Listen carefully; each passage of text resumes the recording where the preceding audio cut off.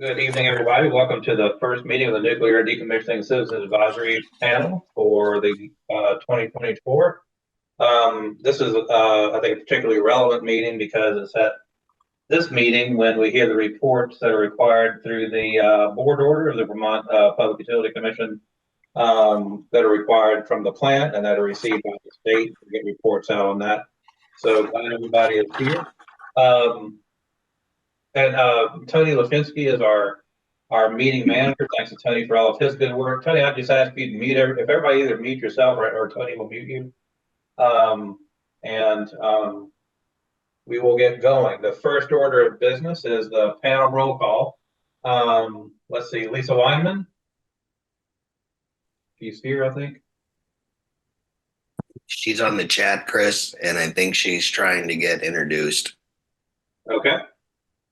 She's logged on as John Logia and Lisa. Can you hear me? Yeah.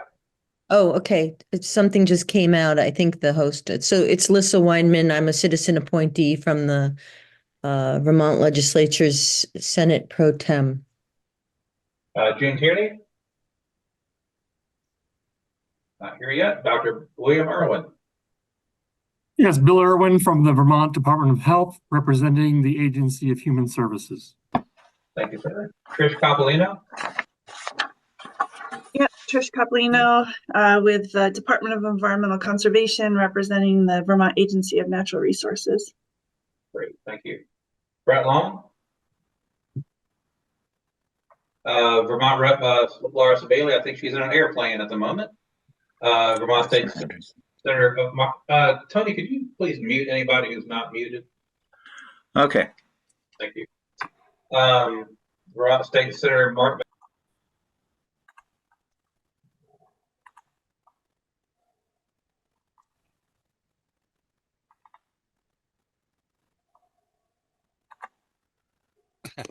Chris, you're muted. All right, there we go. Yeah, and that wasn't from me either. I was like, okay, not sure how that happened. Corey Daniels. Corey Daniels, I'm the senior manager for the spent fuel storage installation with NorthStar. Thanks, sir. David Pearson. David Pearson, good evening, Chris. David Pearson, Vice President, NorthStar. Madeline Arms.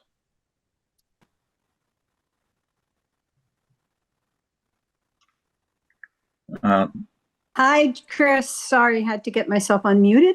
I'm a representative from the town of Vernon. Great. Todd Amato.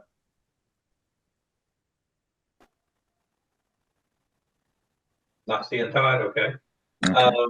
Bob Leach. Not seeing Bob. Marvin Resnikoff. He was here previously. He's here. I see him up in the corner. In my corner of Hollywood Square is here. Yeah. He's muted. Maybe unmute him for a second there, Tony. Yeah, I'm not sure if I can actually unmute people, but let's find out. There's little three dots right up in their upper right hand corner, and you can mute or unmute. Yeah. Okay. Plus Marvin, if you can unmute yourself. There's a bar at the bottom. On the far left hand side, it says mute.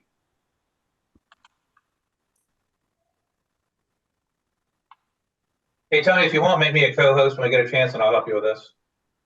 Yeah. Okay. I'm going to have to ask BCTV to do that because it looks like right now all I can do is ask people to unmute. Okay, maybe BCTV can make me a co-host too. Marvin, we see you up there. Marvin, he's off mute. I'm here. Can you hear? Yes, sir. Yes. I'm formerly from Brattleboro, Vermont, but I've since moved to New Hampshire. So I don't know what my status is at the present time.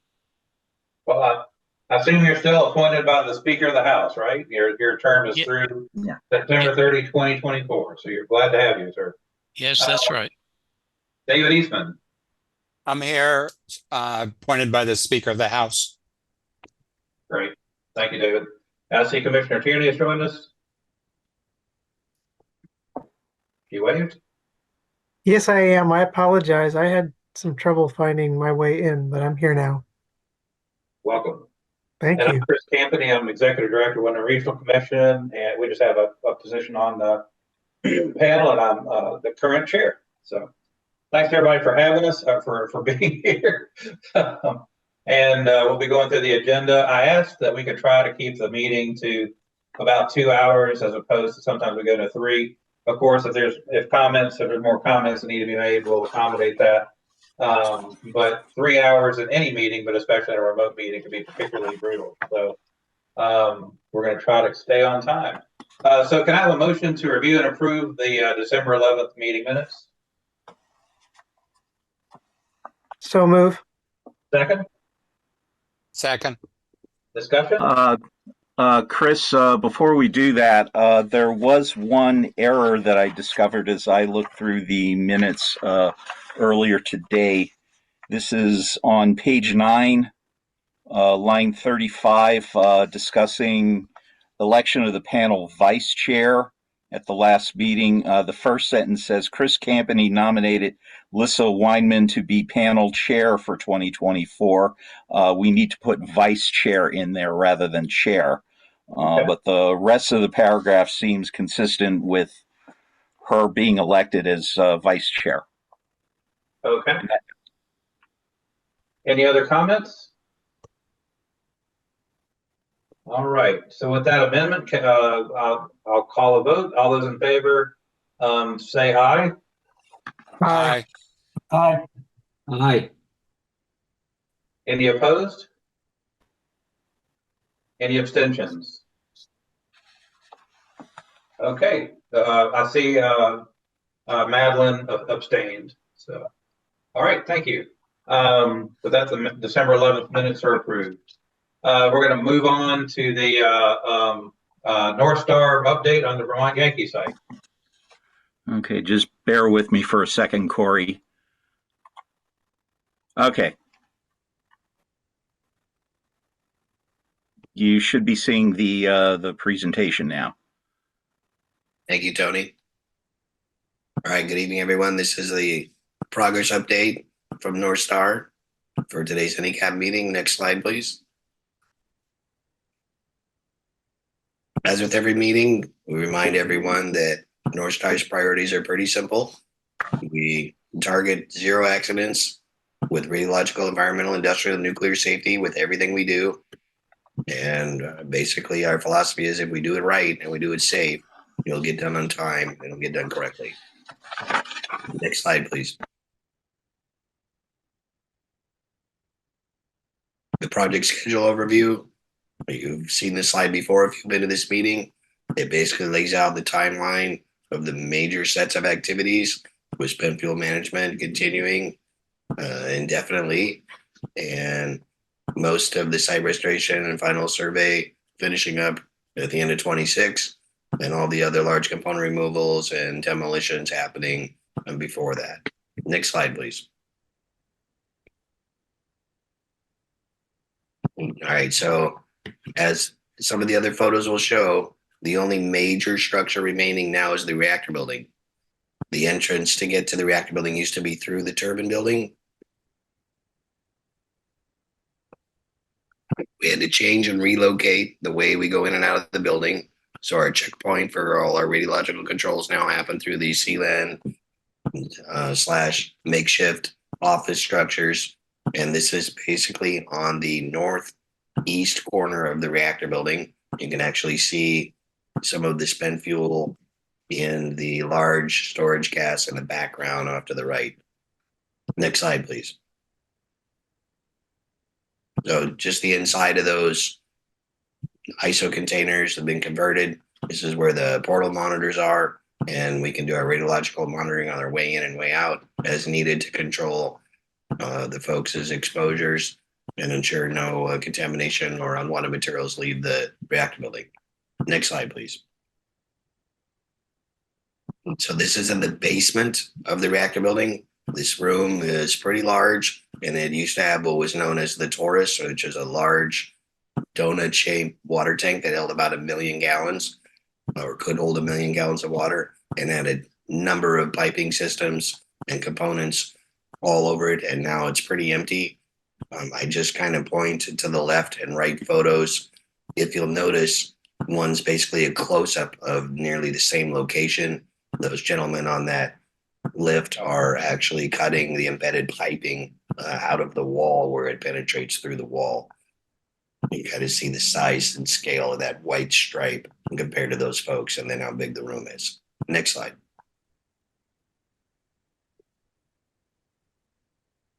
And all the way up on top of the reactor building, this is one of the methods for which we remove piping and components out of the space of the containment, which is immediately surrounding the reactor cavity where it used to live.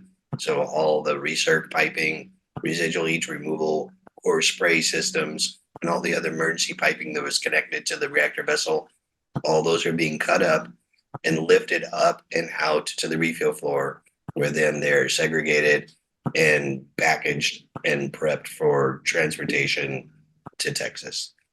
Next slide, please. So this actually shows some of the reactor recirc piping that's been grouted in place into one of the super sacks and the containers that will go onto a rail car before it's shipped to Texas. Next slide. So these are two photos of similar components. One of them shows the cut of a large recirc pipe, and the one on the right shows us actually rigging a pipe with a valve out of the containment area. So it's kind of hard to get photographs and see what's happening. That space is pretty tight, but you get an idea for how big the components are that are still coming out of there. And pretty much everything has been removed all the way down to the ground floor level, and now just the recirc pumps themselves, which will also be pulled out and grouted and shipped to Texas, and the remaining components and decontamination of the lower levels of the containment area and the dry well will be cleaned up. But all that work is happening so we can prep the reactor building for demolition. Next slide, please.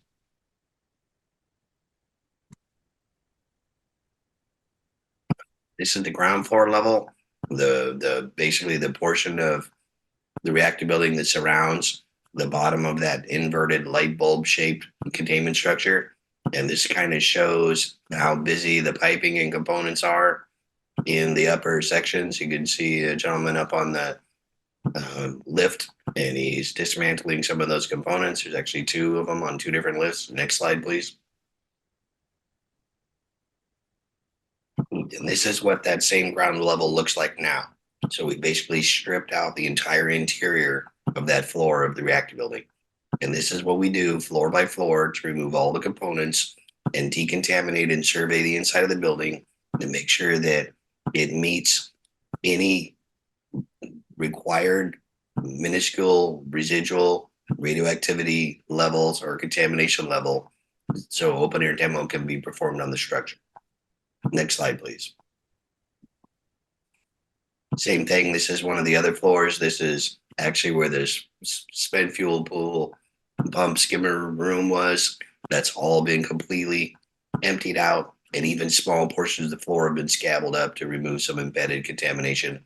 But all these rooms get cleaned out and completely prepped for demolition of the building. And then nobody goes in those rooms, and they basically stay vacant until we're ready to do the demo. Next slide, please. All right, so the rest of the reactor building, all the similar activities are happening in there, and I can show you more pictures of empty rooms, but you get the idea. Through the winter, we worked on the demolition of the turn building and warehouse foundation, so a lot of steel and concrete came out.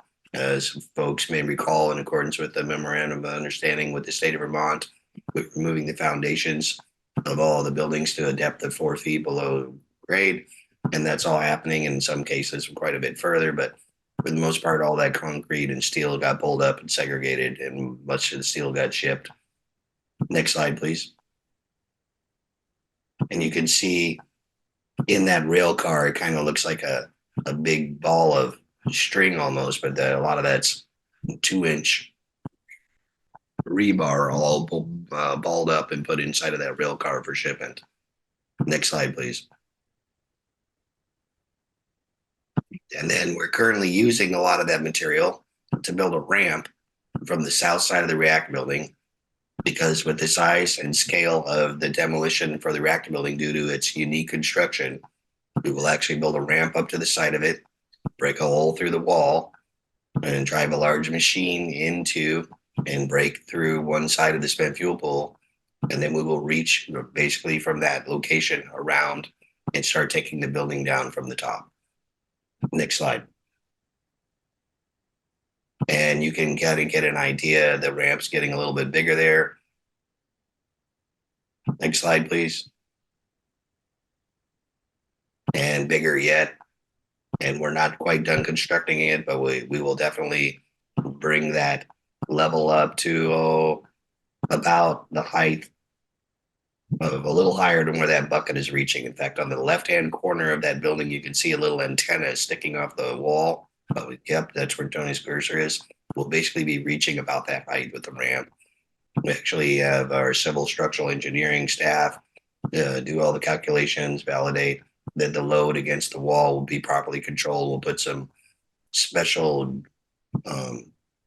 foam block material up against it. And then when we finish the construction of the ramp and make all our preparations, we'll be ready to go. And that should happen sometime in the fall to early winter. Next slide, please. So along with all that earth moving that is happening, if you recall, we had identified a number of areas of concern for environmental remediation or additional monitoring or investigation to determine if there is any need for corrective action.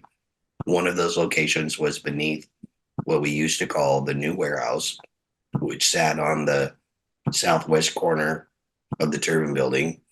Once that slab all came up, we had some old fuel oil lines that we used to use to fill a fuel oil tank that we had learned were leaking back in the, I want to say, early 90s. And it was identified and documented with all the appropriate 10 CFR 75 golf process.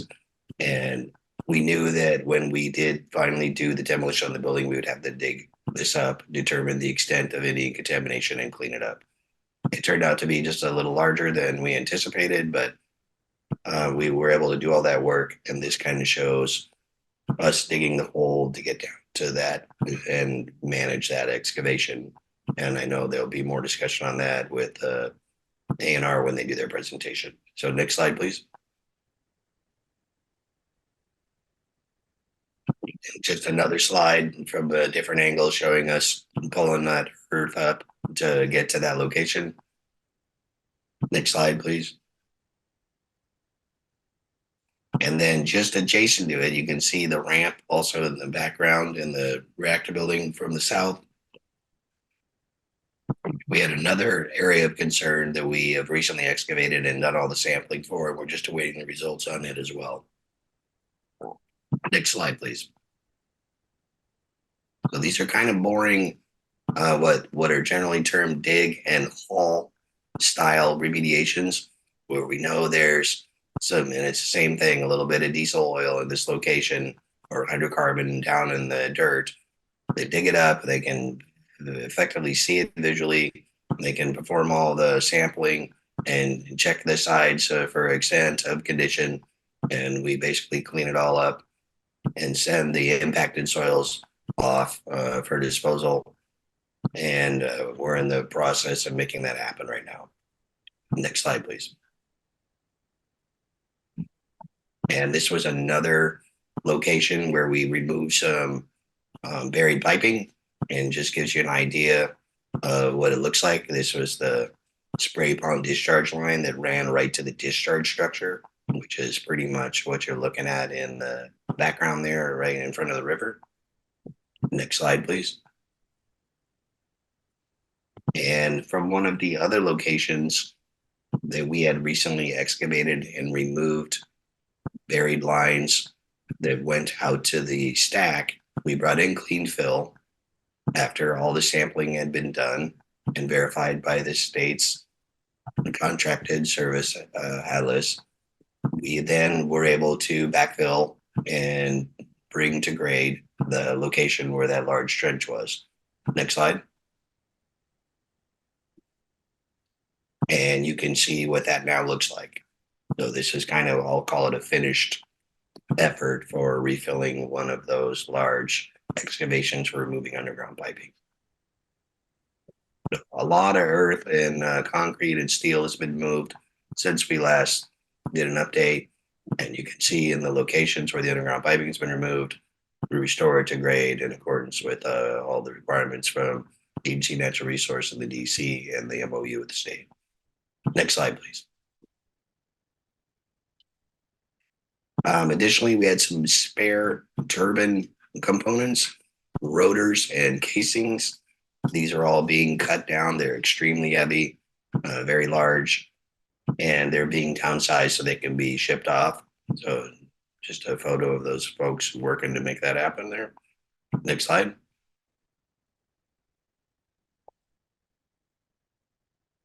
And with respect to the non-radiological characterization remediation, there's really no new areas of impact identified. The remediation for AOC 5 and 7 alpha, those two areas that we just showed you photos, is complete. The confirmatory surveys are all done for AOC 5, and we're just waiting for the analysis results for 7 alpha. We did install some additional groundwater wells with ANR's input around one of our leach fields, and I'm sure Graham Bradley will probably speak to that just to validate and improve some data collection. And we're continuing to work with ANR for meeting the IRO site investigation completion criteria.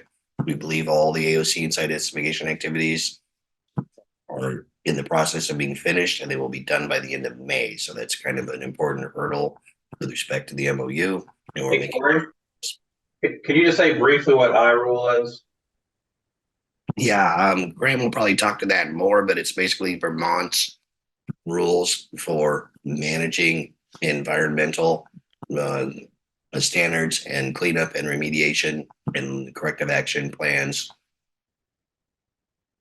So the federal government has the EPA, and then states have their own specific rules, and Vermont's is called the iRule.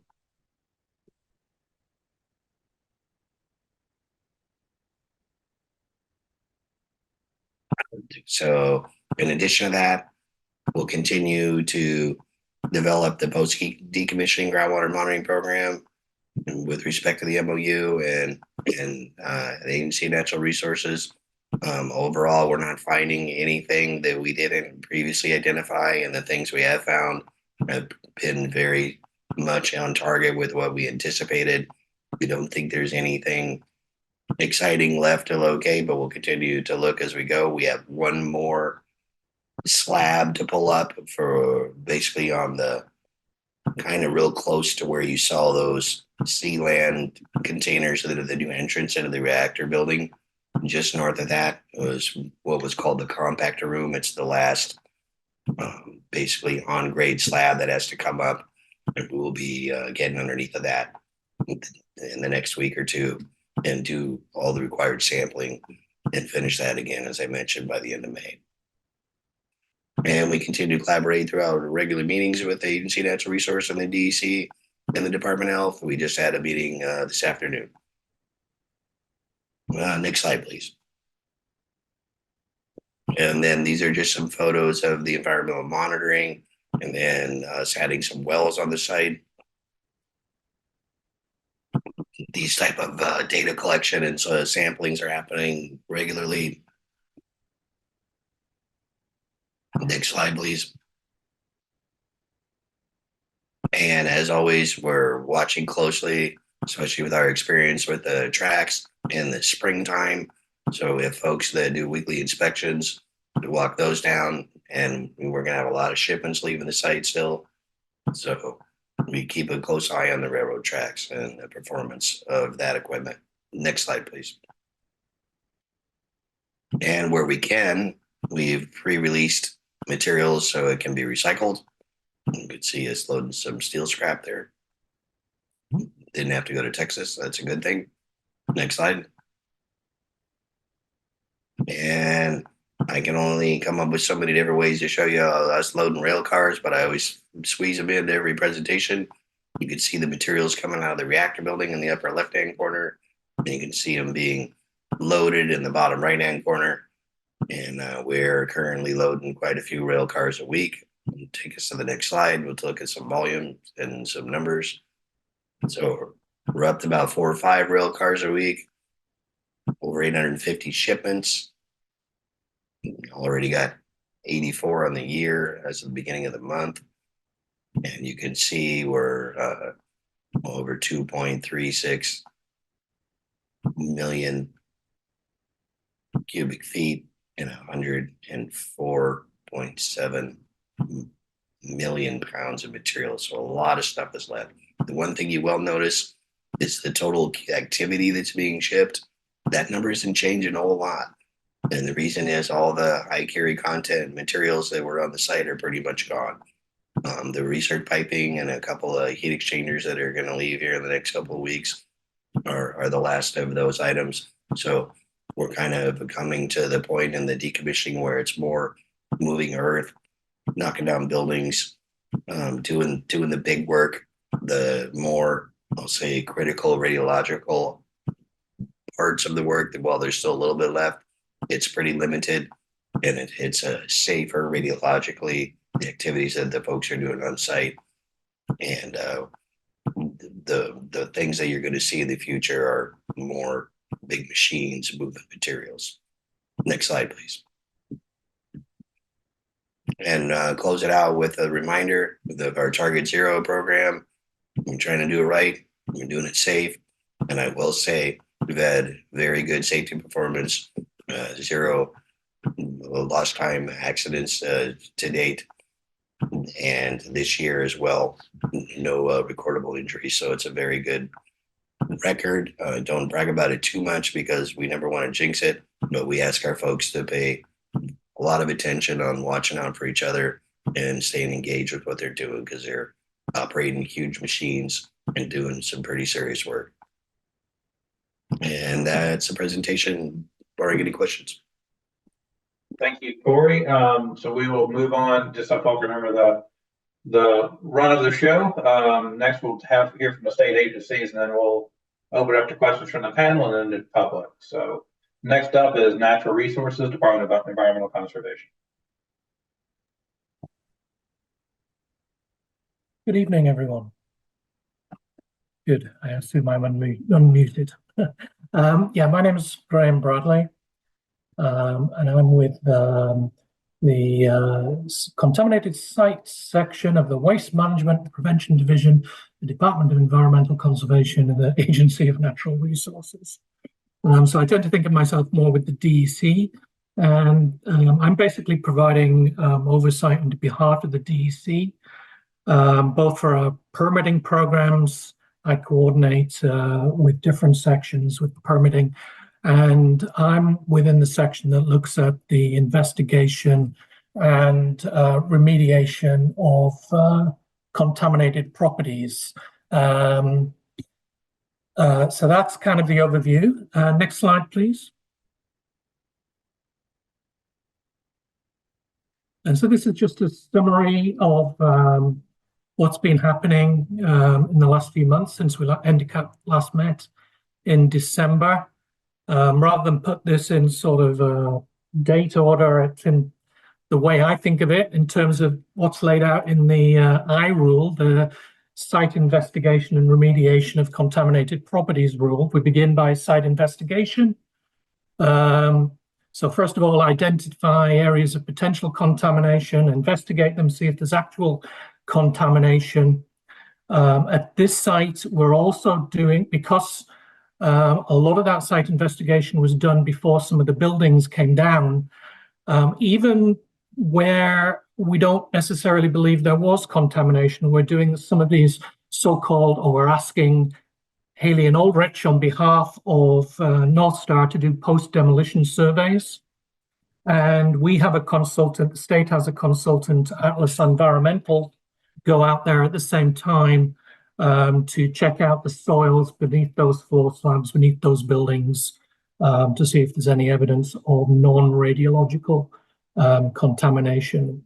We are only responsible for non-radiological contamination. Where it has been discovered, to use the IRUL terminology, NorthStar and their consultant are required to come up with a corrective action plan, the actual remediation. And as you've already seen in some of those photographs, where we've had petroleum leaks, generally the corrective action has been excavate that contaminated soil, characterize it, send it off to a suitable disposal site and replace with clean backfill.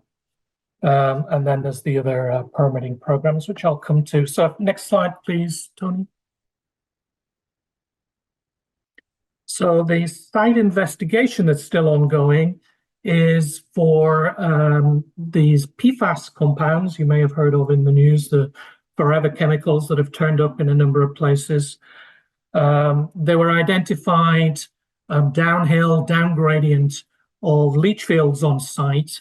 You won't be able to read what's in those boxes, but there was a couple of locations where there was leach fields for the septic systems, the COB leach field, which is to the south, to the sort of top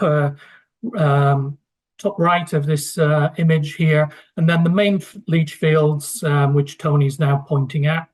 The green dots on there are where the water was clean, there was no PFAS, and the red dots are where it appeared.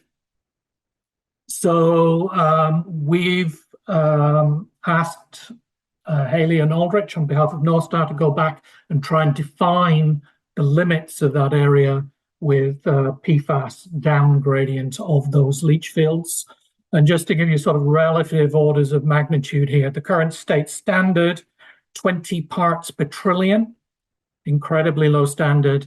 And we're seeing numbers, the maximum number I think ever recorded in one of these wells was 50 parts per trillion. Generally, they're going up and down between different monitoring rounds, above and below 20. But those are the kind of numbers we're seeing. And the IRUL does require that the owner identifies the source, the degree, and the spatial extent of contamination. And I understand that those new wells have been sampled at the moment, and then those will go off to the lab for analysis. And then Haley and Aldrich will produce their site investigation report for us, and we will assess that to determine if the source, degree, and spatial extent of contamination has been identified, at which point they would then have to come up with a corrective action plan. We're not going to see big excavations in this area, very unlikely, down gradient of these leach fields. Basically, we're going to be looking at long-term monitoring likely and ensuring that that water is never used as a drinking water source, and it's monitored until those levels fall below the standard. Next slide, please, Tony.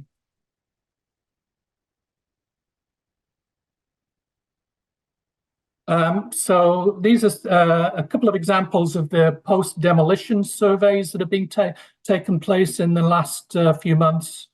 The concrete's been taken away beneath the advanced off-gas building area.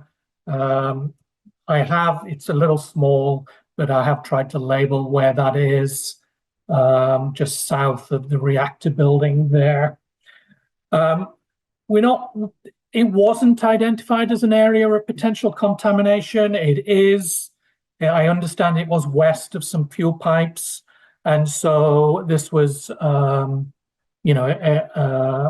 caution just to take a look at the soils after that slab was taken up. Is there any visual evidence of petroleum contamination, other contamination, any smells, olfactory? And we also used a device called a photoionization detector, or at least Haley and Aldrich did. And that looks for organic vapors, petroleum vapors. So it's a kind of a semi-quantitative, a more objective way to see if there's any evidence of contamination. And we've had our consultant Atlas out there basically sort of shadowing Haley and Aldrich and doing their own PID tests as well. And in terms of the AOG building, there was no evidence identified. Next slide, please. So likewise, Corey has already mentioned this new warehouse. At one time it was new, and that survey was post-demolition survey was conducted in February. Similar kind of thing. Look over the area, look for evidence, visual, olfactory evidence, take some soil samples, do a headspace test, look for any organic vapors in the soil using the PID. And also they did actually send soil samples off to the lab that I believe there was like a hazardous materials storage area, and just for sort of extra confirmation, there was a sample sent off to the lab, and those came back below the Vermont resident soil standards. So less than the standards required for residential soils. Next slide, please. And then, so this is where there's actually been a corrective action taken place. The former diesel oil tank and pipes to that tank, which, as Corey has mentioned, there were leaks reported, but it was close to the building and difficult to investigate when that happened some time ago. So now that the new warehouse is gone, they were able to get into that area and start excavating where there was visual evidence and PID evidence of diesel contamination, but then also taking confirmatory soil samples, sending them off to the lab to get the actual concentrations of those pHs, etc., of the contamination in the soil. And we had our consultant Atlas on the site taking a subset of samples as well, just to confirm what Haley and Aldrich were finding. And so it ended up being a larger excavation that was originally planned, but eventually they were able to demonstrate clean boundaries. And so that excavation is now complete. Next slide, please. So there's a photograph kindly sent to me by Haley and Aldrich. And I've had initial results back from, or observations back from our consultants as well.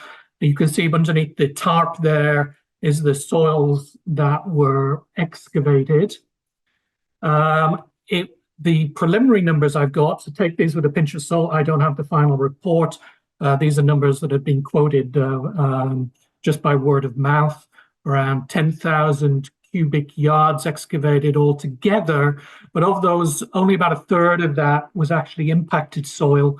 You have to remove clean soils to get to impacted soils.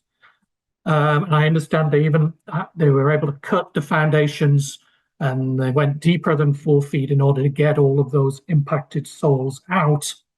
And those have been stockpiled and awaiting what appear to be non-impacted soils have been stockpiled.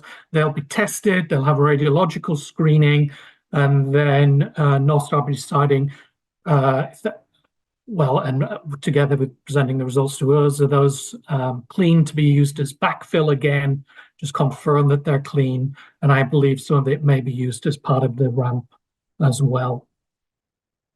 Next slide, please.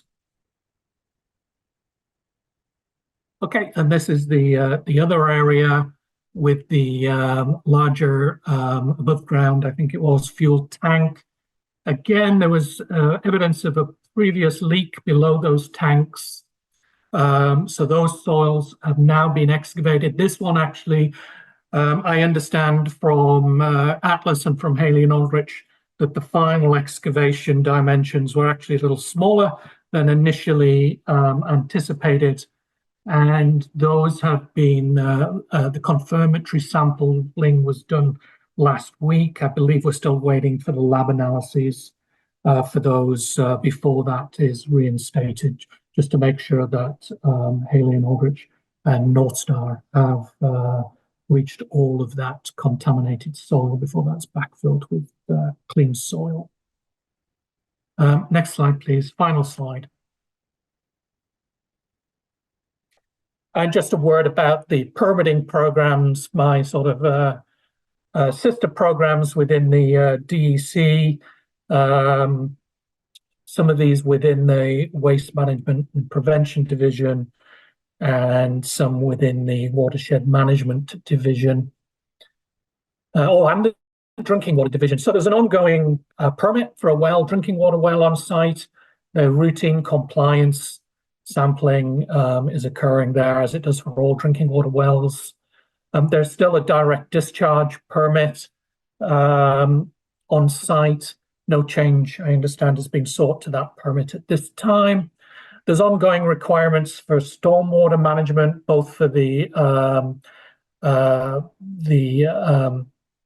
waste storage area, but also with this being an active sort of demolition site, to ensure that the stormwater is managed appropriately to manage that stormwater and sediment control on site.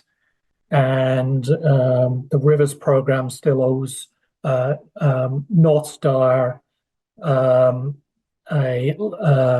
acknowledgement for the stream alteration permit. There were some minor changes made to that permit. So that is outstanding at the moment, that stream alteration permit. So that ends my presentation for this evening. Thank you, Grant. Next, we will go to Public Service Department.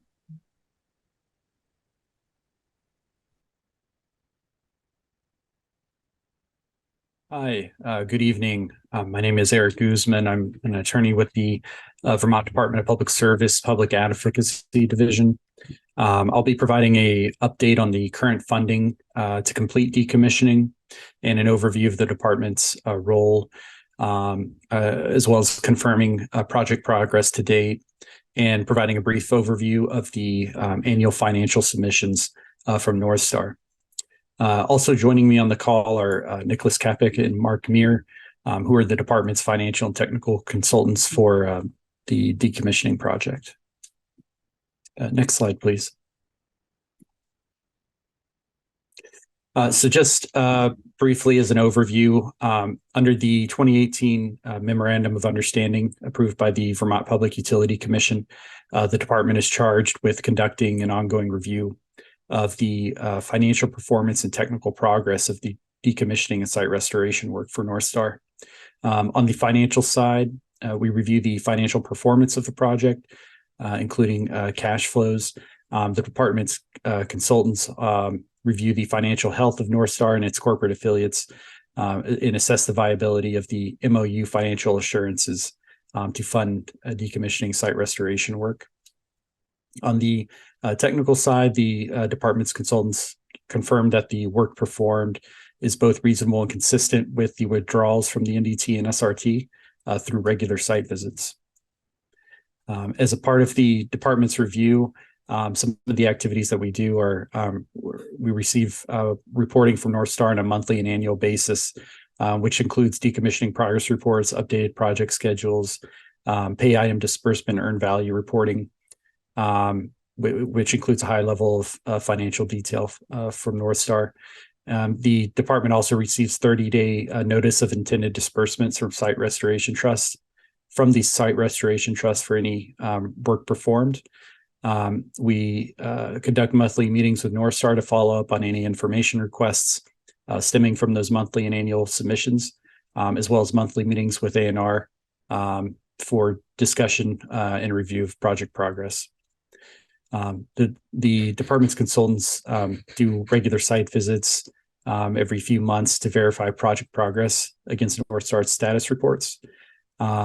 And a large While a large segment of the monthly annual financial reporting is confidentially designated material, all publicly available reporting, including the NDT and SRT balances, high pay item disbursement summaries, and the annual public report are published to the department's decommissioning page.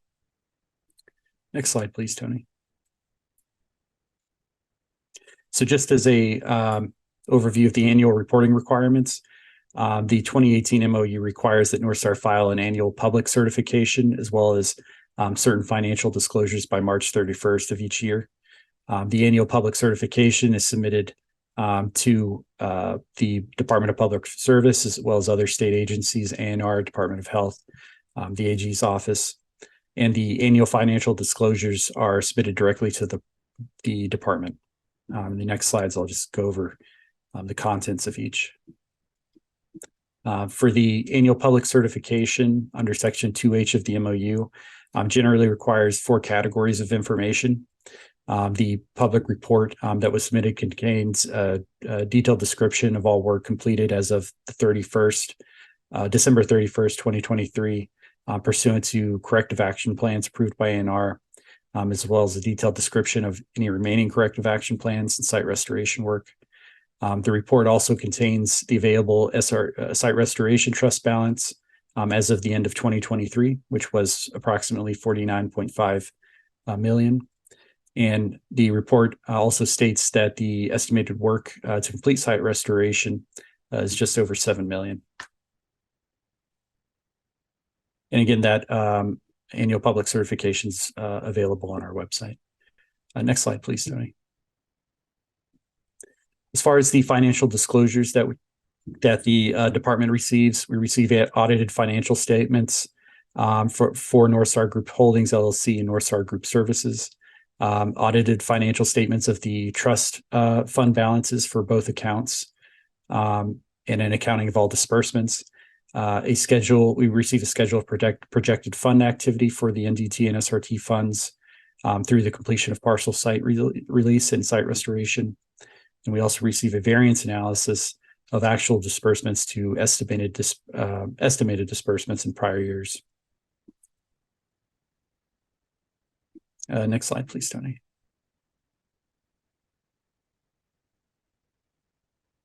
And we did receive those documents by the April 31st timeline, or March 31st. So this slide contains a list of disbursements since NDCAP's last meeting in December. Prior to withdrawing from either of these trusts, NorthStar provides the department a 30-day notice of disbursement for the SRT, and the department has authority to object to any disbursement within that time frame if the disbursements do not align with the work performed. We also receive from the NRC 30-day notice of disbursement from the NDT. We receive a copy of that on a monthly basis. So the list of disbursements are outlined here, and as of April 30th, 2024, the balance, the current value of the NDT is $94.3 million, and the SRT is roughly $47.8 million. And as always, the disbursement requests are for work already completed. Next slide, please, Tony. So here's this slide contains the trust balances for the NDT and SRT for each month since December. As I mentioned last December, I incorporated some additional information here. So these trust balances are reflective of current market conditions and are influenced by rising interest rates. Because these assets are invested exclusively within U.S. Treasuries. Those securities have laddered maturity dates that NorthStar holds on to until that date of maturity. And as those securities approach maturity, their value normalizes. So I've included 2 columns for both the NDT and SRT balances. The NDT and SRT balance statements in the first and third column reflect a present value, assuming that those security investments are liquidated prior to maturity, and then and they would produce an unrealized loss. And then the second and fourth column reflect the net value of the NDT when those securities are held to their maturity date. And NorthStar has provided information, stated its intent to continue withdrawing from those securities when they mature. And then at the bottom here, I have a summary for each type of work activity. For license termination activities, which encompass the safe removal of radioactive material and removal of the Vermont Yankee facilities. That total cost is $536.2 million. And as of the end of April 2024, $437.8 million has been reported as earned and completed by NorthStar, leaving $98.4 million remaining to complete license termination work. The NDT's net assets, meaning those when those securities are held to maturity, are $96.2 million as of April 2024. And there's a slight discrepancy there that I'll explain on the next slide. And then spent fuel management costs total $290.9 million, with NorthStar having earned $32.6 million as of April, leaving $258.3 million required to manage spent fuel until its removal. NorthStar anticipates collecting an additional $276.5 million from the United States Department of Energy for those spent fuel management costs. And finally, for site restoration, which encompasses the cleanup of non-radiological contamination to satisfy Vermont and federal standards, that totals $25 million. NorthStar has earned $20.5, leaving $4.5 to complete site restoration. And the SRT's net assets are $49.4 million as of April 2024. Next slide, please, Tony. So our consultant from 4 Points Group most recently conducted a site visit in March of this year, which included observation of work activities in the reactor building and outside the turbine and reactor building, among other areas. No conditions observed during that March site visit were inconsistent with the project work progress reported by NorthStar in its December through February status reports. And then regarding that discrepancy on the license termination activities, as I mentioned, the NDT's balance is reflective of current market conditions. And that balance also does not account for continuing quarterly interest payments on those treasury securities. So the value of the NDT without that unrealized loss of those securities is 96.2. And then factoring in the additional continuing interest on the NDT, we anticipate it meeting the remaining value for that license termination work. And then finally, as a reminder, the 2018 MOU has certain financial assurances if there's ever any need for an additional funding beyond that NDT for license termination work, which includes a $140 million support agreement from NorthStar's parent company that is sort of the first line of defense after the NDT. And then the additional financial assurance is a $55 million escrow agreement from NorthStar Group Services. And then just to close out, that based on the monthly and annual financial reporting we've received to date, NorthStar appears to be on course to complete the project with available funding. And that's all I have. Thank you. Great. Thank you so much, Eric. I appreciate that. All right, now we're going to open it up to questions from the panel. If you would, please. Yeah, thank you, Tony. Raise your hand and we'll identify you all, and or that you identify yourselves. Well, actually, let me see. Are there any other state agencies that want to present? Sorry about that. I missed that important bit. Is there anybody else who wants to present? I'm hearing none. Okay, David raised his hand. Go ahead, David.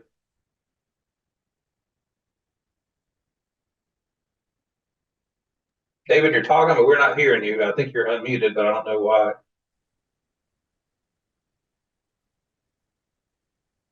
Yeah, you may want to check your microphone because, yeah, I have you as unmuted.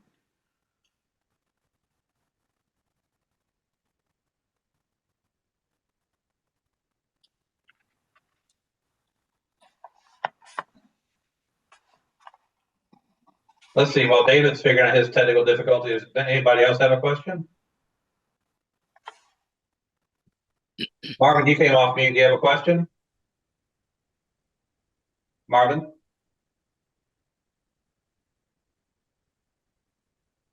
Marvin, do you have a question? Yes, can you hear? Yes. Yeah.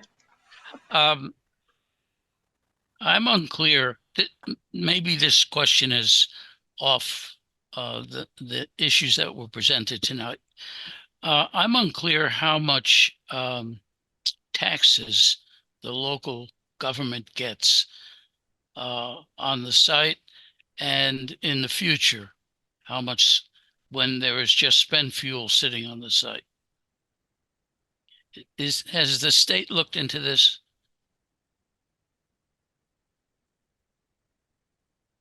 There would be an agreement between the plant owner and the town, if you're talking about local taxes.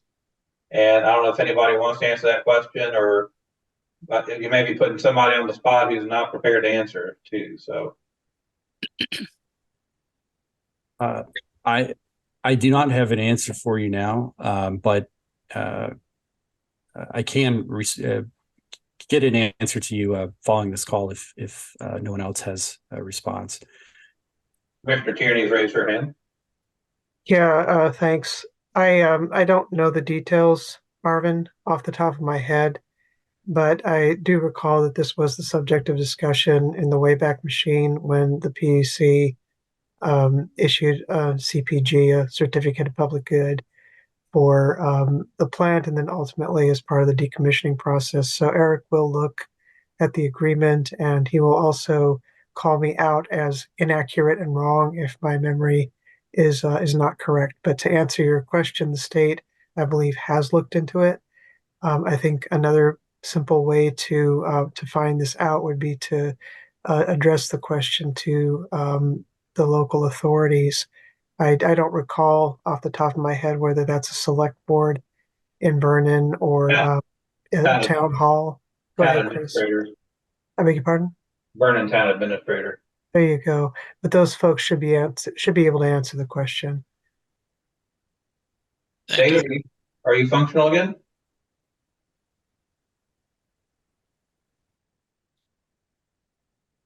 Well, I will follow it up with the town.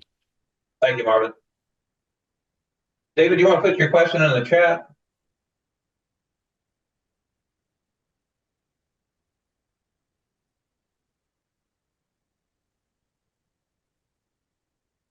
Chris, I had one other question if I could throw it out. Okay.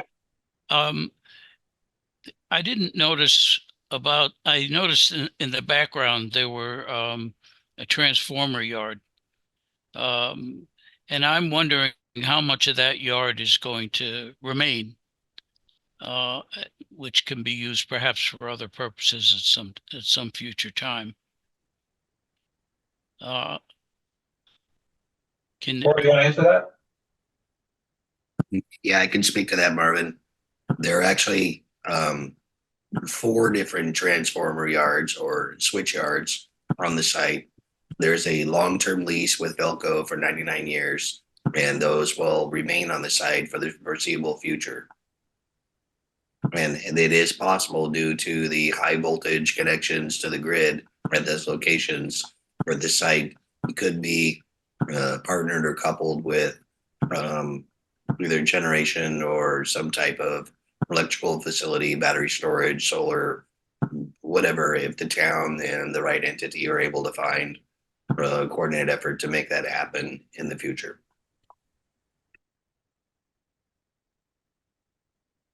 Thank you, Corey. I know Les, I believe, had a question. Unmute. Yeah, I have a couple of questions.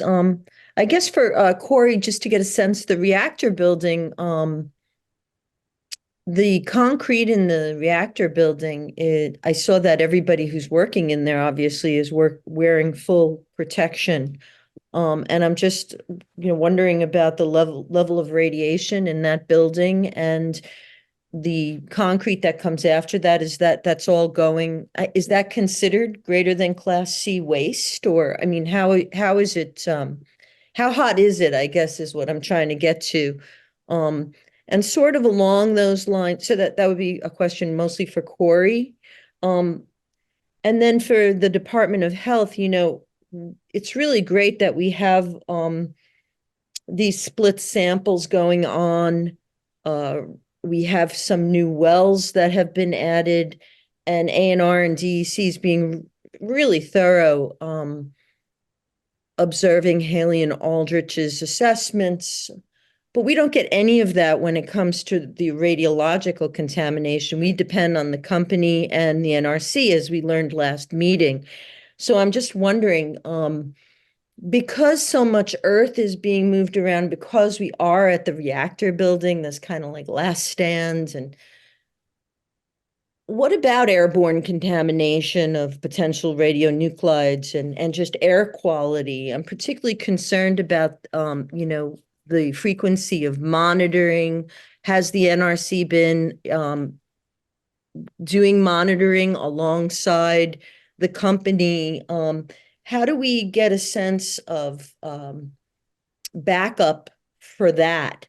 Particularly, again, since there's a school right at the gate of the plant. Can anybody talk about that? Corey, I think the first is to you, and then maybe Bill and Corey both for the second. Sure. Let me go first, Lisa. And you said a lot of things there. I heard a couple of questions I think I can take a shot at. Thank you. Great questions, and very, very important to this part of the decommissioning and for any decommissioning.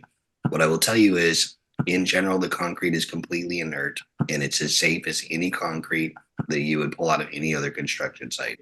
The only thing that really is in any of that concrete are very trace levels of tritium, which is also a naturally occurring element and is extremely low energy level beta emitter. There's by no means any concern any of that concrete causing harm to our workers whatsoever. The piping systems and components that are coming out from the drywall area that were connected to the reactor vessel, those have the radionuclides and contamination with them that are being carefully managed and controlled.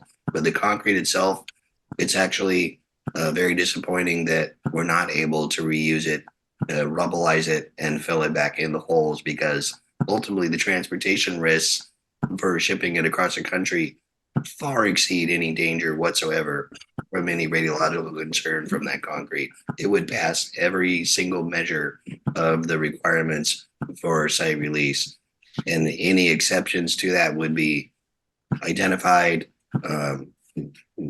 managed separately, and taken care of. But I would say that should be the absolute least of the worries. The industrial safety Testing.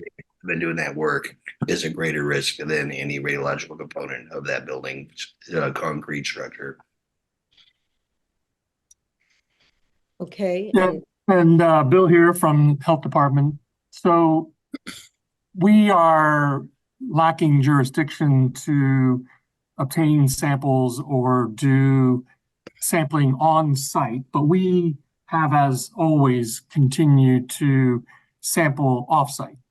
And while we have the same concerns, that means we're evaluating the air. We have an air sampler at the school, and we have 7 other air samplers around the nuclear power plant.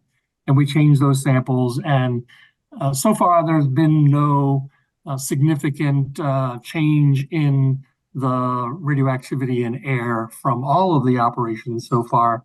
And the removal of all of the components inside the buildings before the buildings are removed helps to ensure that the amount of radioactivity that is released is rather limited.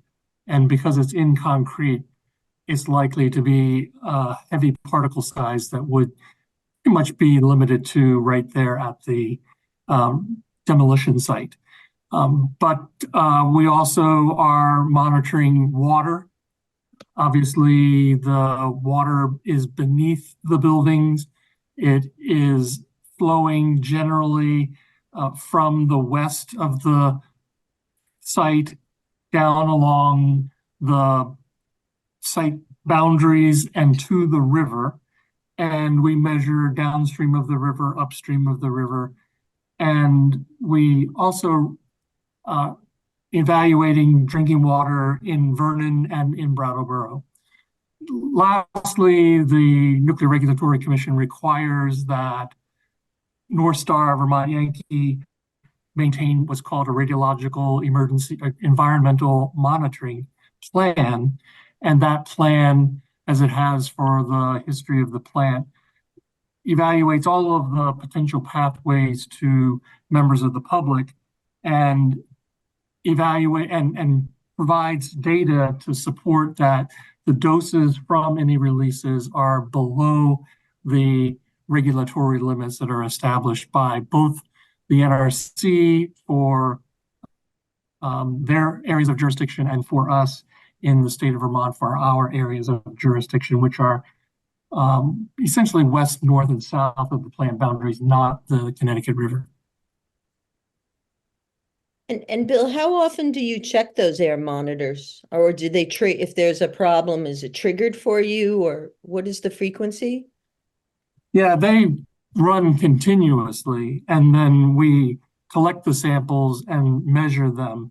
If there are changes, then we'll see those changes, certainly within a matter of a couple of weeks. I see.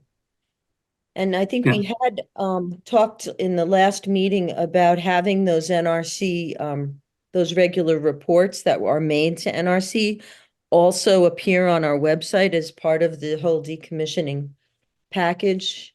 I mean, if you look at the website now, you really see nothing related to really the radiological monitoring from NRC. And I think for the members of the public's sense of well-being, it might be.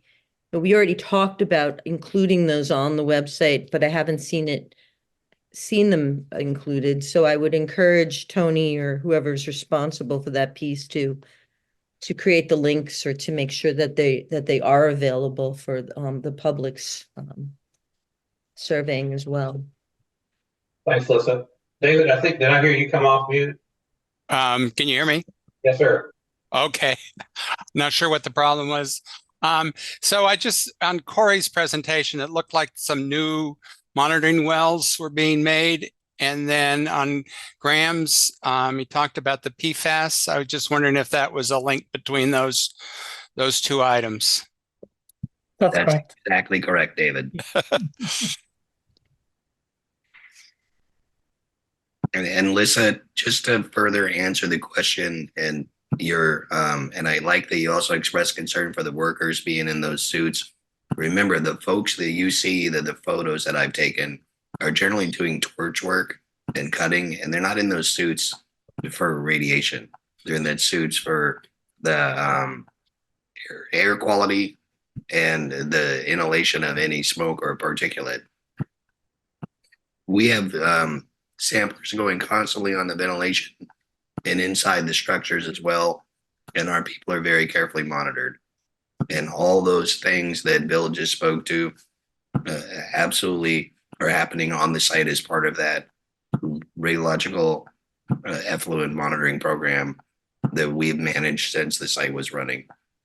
So know that we take that very carefully. And I will say the overall numbers are basically down to almost nothing for that component of our monitoring program. So the radiological signature really is going away, and the concrete's the least of our worries. Thank you. Any other further questions from members of the panel? Lisa, you need to come off mute. Sorry. Yeah, where's the concrete going? I know we went all through this rubblization thing years ago. But where's the concrete going? The concrete will be going to Texas. It will go to Texas. Okay. I had one last question for Eric, which was if there's because I don't remember, so help me here if you do. If the site restoration is not used for site restoration, where does the rest of that money go? Like, in other words, if the site restoration only there's whatever you said was in it currently, you know, but it would only take 7 million to do the site restoration. So where does the balance go? Does that go back to NorthStar? Yes, the site restoration trust funds are returned to NorthStar. The excesses, that those funds, because NorthStar is the successor in interest to Entergy. Entergy was the sole source of funding for the SRT, so that money would return to them. And if the decommissioning trust fund was to fall short, then, or there would be a shortfall, would they be able to use any money from the site restoration as opposed to the escrow? So those funds are kept separately for those different types of work. The MOU basically prescribes the order in which funds are derived if the NDT is short, and the funds that it would default to would be that parental support agreement first, and then the escrow. Thank you. Thanks. Thank you, Corey, also. Any further questions from the panel members? Seeing none, we'll move on to the public. And please raise your hand and then we'll call on you. Or you can put it in the chat as well. Ann? Hi, everybody. I'm Ann Darling with the Citizens Awareness Network. Thank you, Lissa, for asking those questions out. There was part of my several questions that I wanted to ask, so thank you. Sort of as a follow-on to that, Bill mentioned that there is, the NRC has to maintain an environmental monitoring and I guess some estimates of dose to people through various means. I've been able to locate those reports on the NRC website. I think these are the ones that Bill is referring to. And it seems like maybe the panel might like to see those. I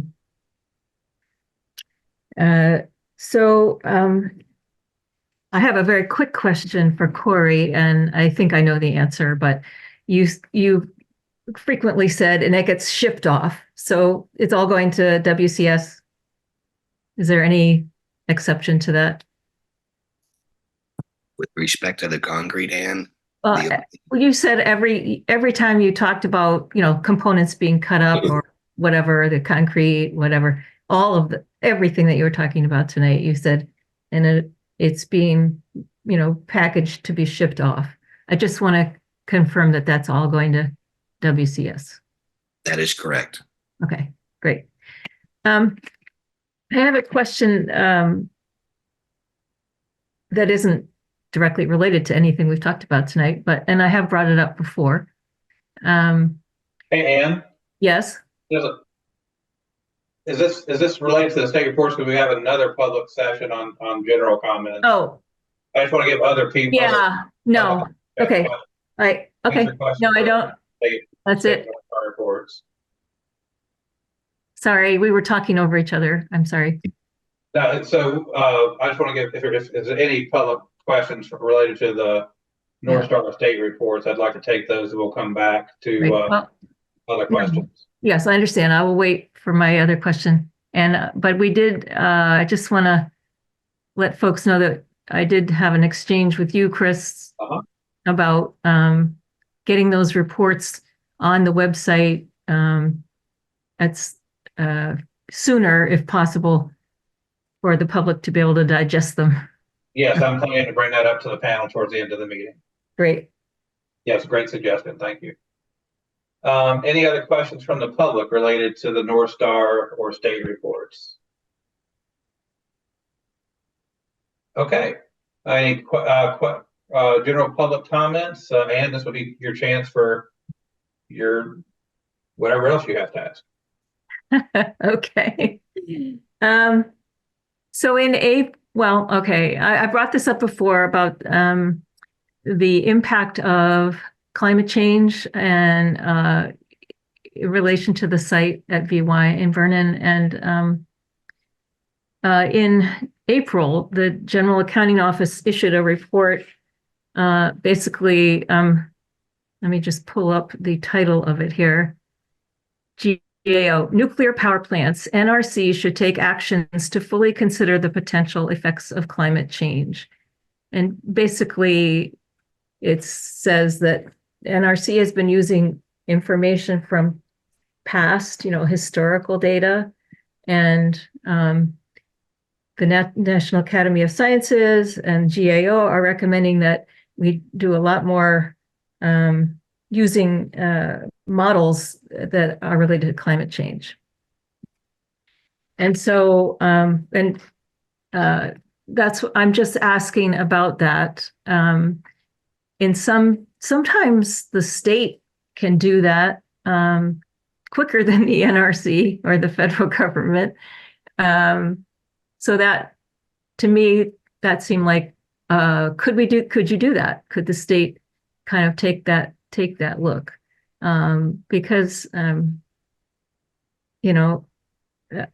as somebody who lives down the river from Vermont Yankee, I'm, I don't know, I get a little concerned sometimes with flooding. And can you clarify if they were talking about an operational plant versus a? Right. They were mostly talking, yes, they were mostly talking about operational plants, but there are still risks involved with decommissioning power plants. Or at Rowe, for instance, just down south of you, which is completely decommissioned. There's possibility of very, very large floods from the Sherman Reservoir in Vermont. And the state of Massachusetts doesn't even look at that possibility in their climate resilience plan. And I don't know what the climate resilience plan in Vermont says, but I guess I'm not asking a question. I am just saying I am concerned. And is this something the panel could, urge the state to investigate or move the NRC to use different modeling? I am pretty intimately familiar with the climate action plan, having served on the climate council. I'll bet, yes. And, but I'd defer to the state to answer the question. And what might be really helpful actually is if you could perhaps drop into the chat or send us an email, rest of the report, that would give us a more robust ability to answer, to know what aspects they're talking about. The GAO report? Yes, ma'am. Yeah, I can do that right now. That'd be great. I will say, the governor hasn't signed it yet, but Vermont, and I don't know if we're the first in the nation to do this or not, but their legislation has passed in the Senate and the House under what's called S-213 that would, starting in 2028, require permits for development and be highly restrictive for development in river corridors, which is a major issue in Vermont. That's where we've got fluvial erosion issues. Yes. So inundation flooding is one thing. The actual erosion of the ground beneath structures is another. So those passed by pretty large majorities. We'll see if they get signed and if there's a veto, if it gets overridden.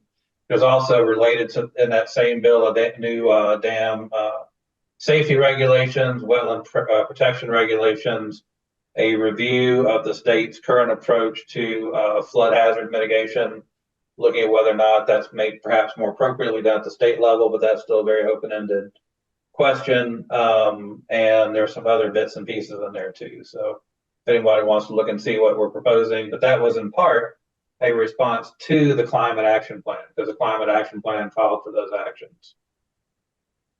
Any other questions, Anne? No. Thank you. Any other questions from the general public or comments at this point? Okay. Not seeing any, and I'm seeing anything. Let me look at the chat. Tony, I'm assuming you're looking at the chat as well. There's a GAO report. Great. Thank you, Ann, for putting that in there. Let's see here. Next, we go up to the Federal Nuclear Waste Policy Committee update. Alyssa. Hi, thanks.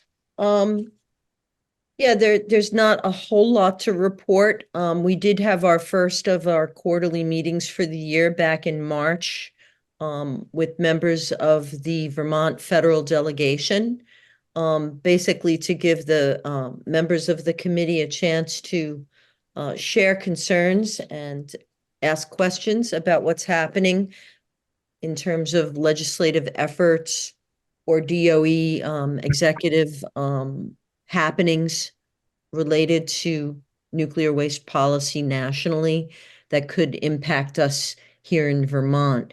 So we had representatives from all of the offices attend, and we got to know each other and began that dialogue as several of those workers with our federal representatives are new and very unfamiliar with the issues that we're looking at with the decommissioning and long-term management of spent fuel. So I think that was a really productive meeting.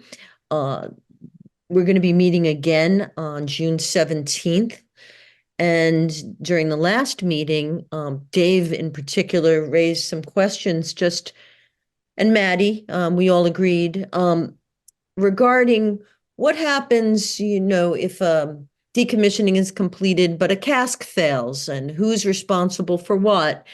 What kinds of issues regarding taxation and other things. In other words, who's responsible for what long-term if the spent fuel really doesn't leave the location? So that will be the focus of the next meeting on June 17th. And we're still looking for the intelligence and/or speakers for that at this point. I think a lot of the answers to those questions can be found from our own internal folks, but we'll report back on that. I'm also attending a national rad waste summit. I was supposed to attend last year and could not. So they carried the registration over to this year. That's happening from June 3rd to 5th in Louisville, Kentucky. So I'm going to go down there, and there's a lot of different panels about just different developments in waste management and how different decommissioning towns and others are dealing with it. So that I'll report back at the next NDCAP meeting or before on that as well. And yeah, that's pretty much it. I did want to just say that we got, a report from Public Service on the 258.3 million that have been spent already on spent fuel management, which NorthStar, I think Eric said, recovers from the Department of Energy. That's actually not correct. Those funds that are NorthStar sues for the federal government to pay for that spent fuel management, since it's in breach of the law that said it would take it away back in the 80s, and it hasn't. Those monies come out of a general fund that is really for any judgments that occur against the US government overall. So that's like US taxpayer dollars, has nothing to do with the DOE specifically. And I just wanted to flag that because that is one of the big expenses at all these decommissioning plants are these judgment funds, these judgments against the government that come out of the, general coffers of our country basically to pay for. And that's one of the reasons we really need to solve this issue, because it's very, very expensive. Something like, 10 million a day or something. I've heard different estimates. And sadly, there's no longer tax on the production of nuclear waste. That was disbanded years ago. I think our Nuclear Waste Committee will probably look at that issue of the Nuclear Waste Fund. For over 10 years now, there's been no collection on spent fuel / nuclear waste that is continuing to build up around the country. And I think it's very wrong. But that's a topic for another day. So I just wanted to clarify that was occurring, and it comes out of a fund that affects everybody, every citizen. So if there are any other committee members would like to chime in as to, what they got out of the committee last meeting or have anything to add about the upcoming meeting, please do. And if not, we'll just see you on June 17th for our next meeting.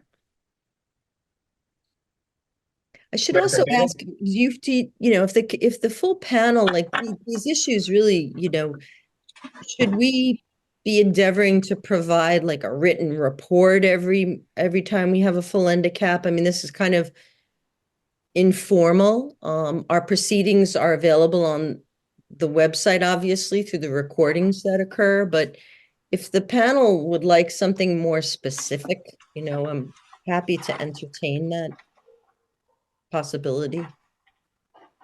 I think the burden, just don't want to put a burden on you, Melissa, especially, but the reports are great and really appreciate your leadership on this. Commissioner Tierney has her hand up. Maybe she has some thoughts. Not particular to that issue, but I do appreciate the work that the committee is doing. And I personally think that the verbal reports you're giving are more than sufficient. I want to go back to a statement you made differentiating between DOE funds and federal government funds, Lissa. I think we're going to have to agree to disagree. The DOE is an arm of the federal government, and U.S. taxpayers pay for the federal government, including bearing the burden of damages in lawsuits where the federal government loses, which is what DOE did. So I think Eric's statement was correct. It does come from DOE. It comes from the federal government via DOE, but I don't think he was imprecise in describing how the federal government pays for the fact that it has breached the contract that it has with those states that store spent nuclear fuel. And this is a big issue, as you flagged. And I just want to express a caution about the activities of your subcommittee, because there are, in the end, jurisdictional limitations to what this panel can do. And when we start getting involved in sweeping policy about national scope, I do question how much more the scope of your committee is going to creep.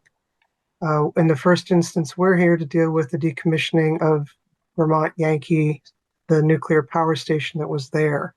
We're not here to have a platform to involve ourselves in every aspect of national policy well beyond the borders of the state of Vermont. And I'm not saying here tonight that that's what your committee's doing, because I haven't been that closely involved with it. I'm just cautioning against, sprawling mandates that you may or may not have for your committee. Be careful. And finally, I think, we'll get to it with the reports and whether they should be on the website. Chris, I think you indicated you're going to bring that up later, so I'll hold my comments till then. Yes, I was going to bring that up later. Yeah. I was going to bring it up in the meeting wrap up as to whether or not we should discuss that at the next meeting. It's not on this agenda. Okay. Any other questions for Alyssa or anybody else about the Federal Nuclear Waste Policy Committee? Okay. So now it's my turn to give a summary of the meeting with the Windham delegation. So folks know, we did submit the report to the legislature, especially the committees in the legislature that are most closely related to the work of this panel, which is Senate Natural Resources and Energy and House Environment and Energy. There was not a request. We did reach out twice to see if they would like us to offer testimony, and they didn't take us up on that. The second half of the biennium, especially with all the big bills they were handling and the disaster on top of that, those flooding disasters were meant that the agendas were pretty full. But we did meet with the our Windham County delegation on February 28th around, I think it was 8 in the morning or so.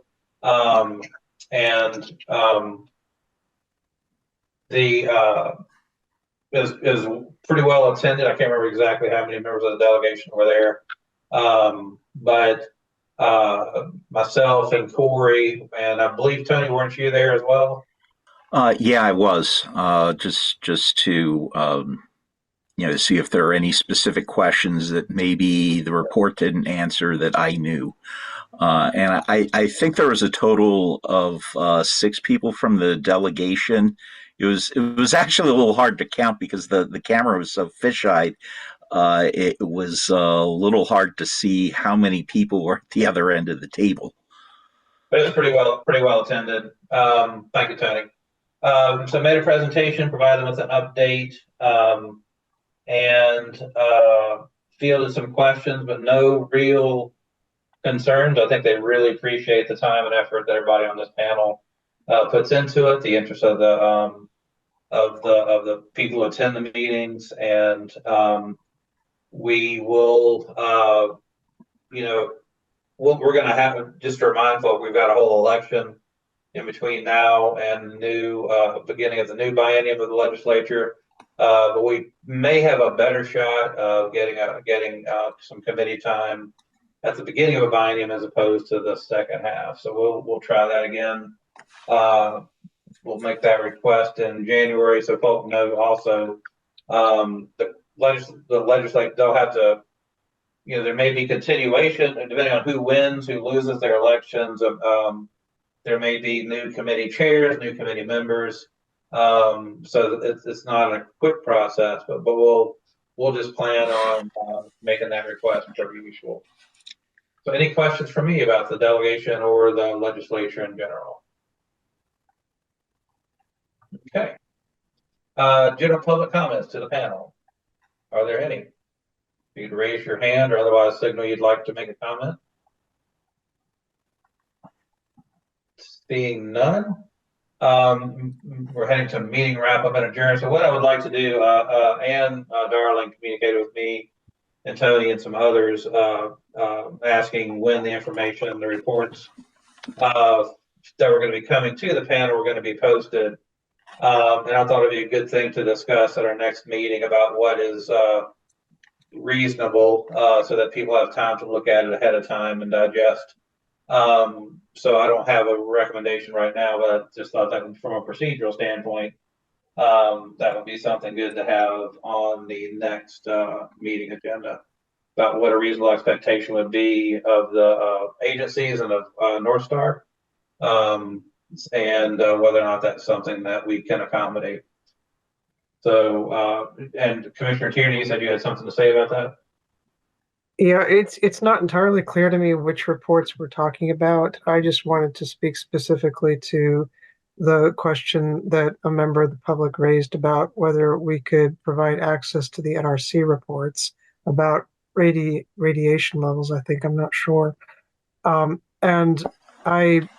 it occurred to me when I was listening to that exchange that the NRC does have a website, and I think that's the correct home for those materials, but I think providing a link to that is certainly not a problem. But since we're not discussing precisely the question right now, I misunderstood you, Chris. I'm happy to save that conversation for the next time when we do discuss this.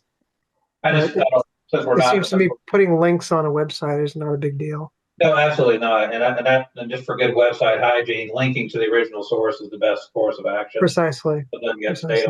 I don't For think me, it's on that issue, it's a concern about, again, staying in our lane.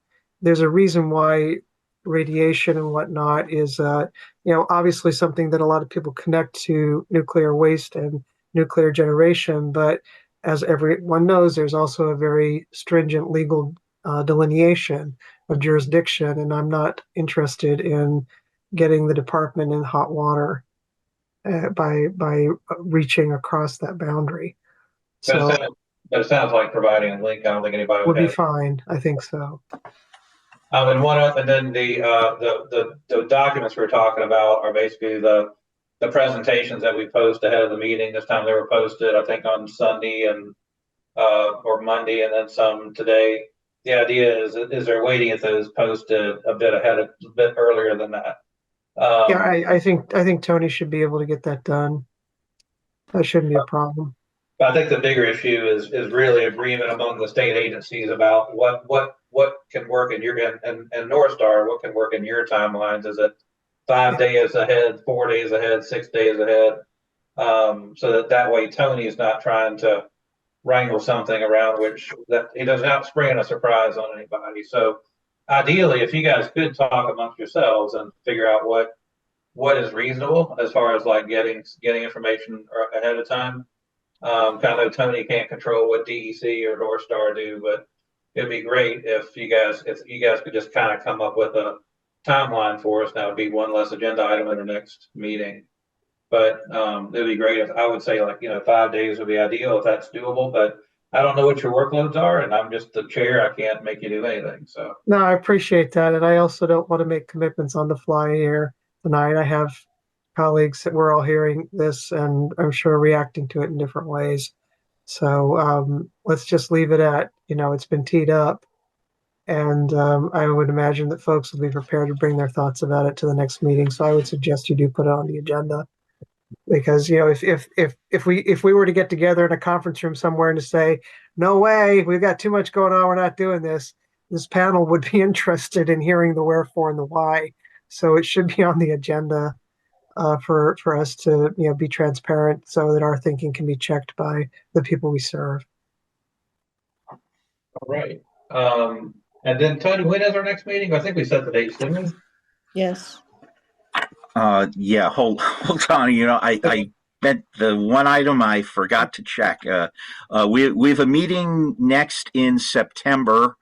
I want to say it's the 23rd, but let me check the website briefly. I have it as the 23rd on my calendar. That's what. Okay. Yeah. Okay, then I was remembering that correctly. I wasn't about to trust my memory on that.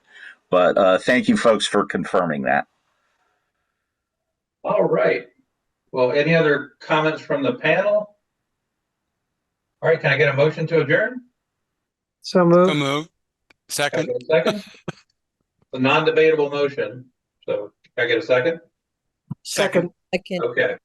Thank you all. Have a good night. Thanks to the public for coming and everybody's interest in this. And we'll see you in September. Sounds good. Let's have a boring summer. Thank you, Chris. Thank you for your service. Okay. Thank you, everyone. We'll be shutting down in a few minutes. And we'll, for those of you who follow the Nuclear Waste Policy Committee, we will be meeting on June 17th at 12 noon, and that will be a webcast as well. Thank you and good night.